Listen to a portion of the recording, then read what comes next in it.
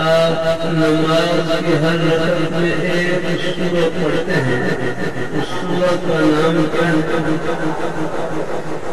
سورہ فاتحہ۔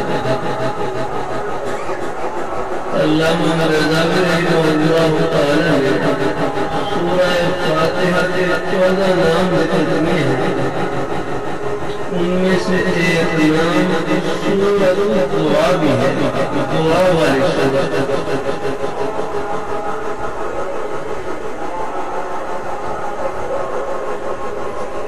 اور سورہ فاتحہ میں ایک ہی دعا کا ذکر ہے، اہدنا الصراط المستقیم، اہدنا الصراط المستقیم، کہ ہمیں سیدھے راستے پر چلا، ہمیں سیدھے راستے پر چلا۔ پھر یہ راستے کا مطلب بتلا رہا ہے کہ ابھی ہم راستے کے اندر ہیں، منزل ہماری آگے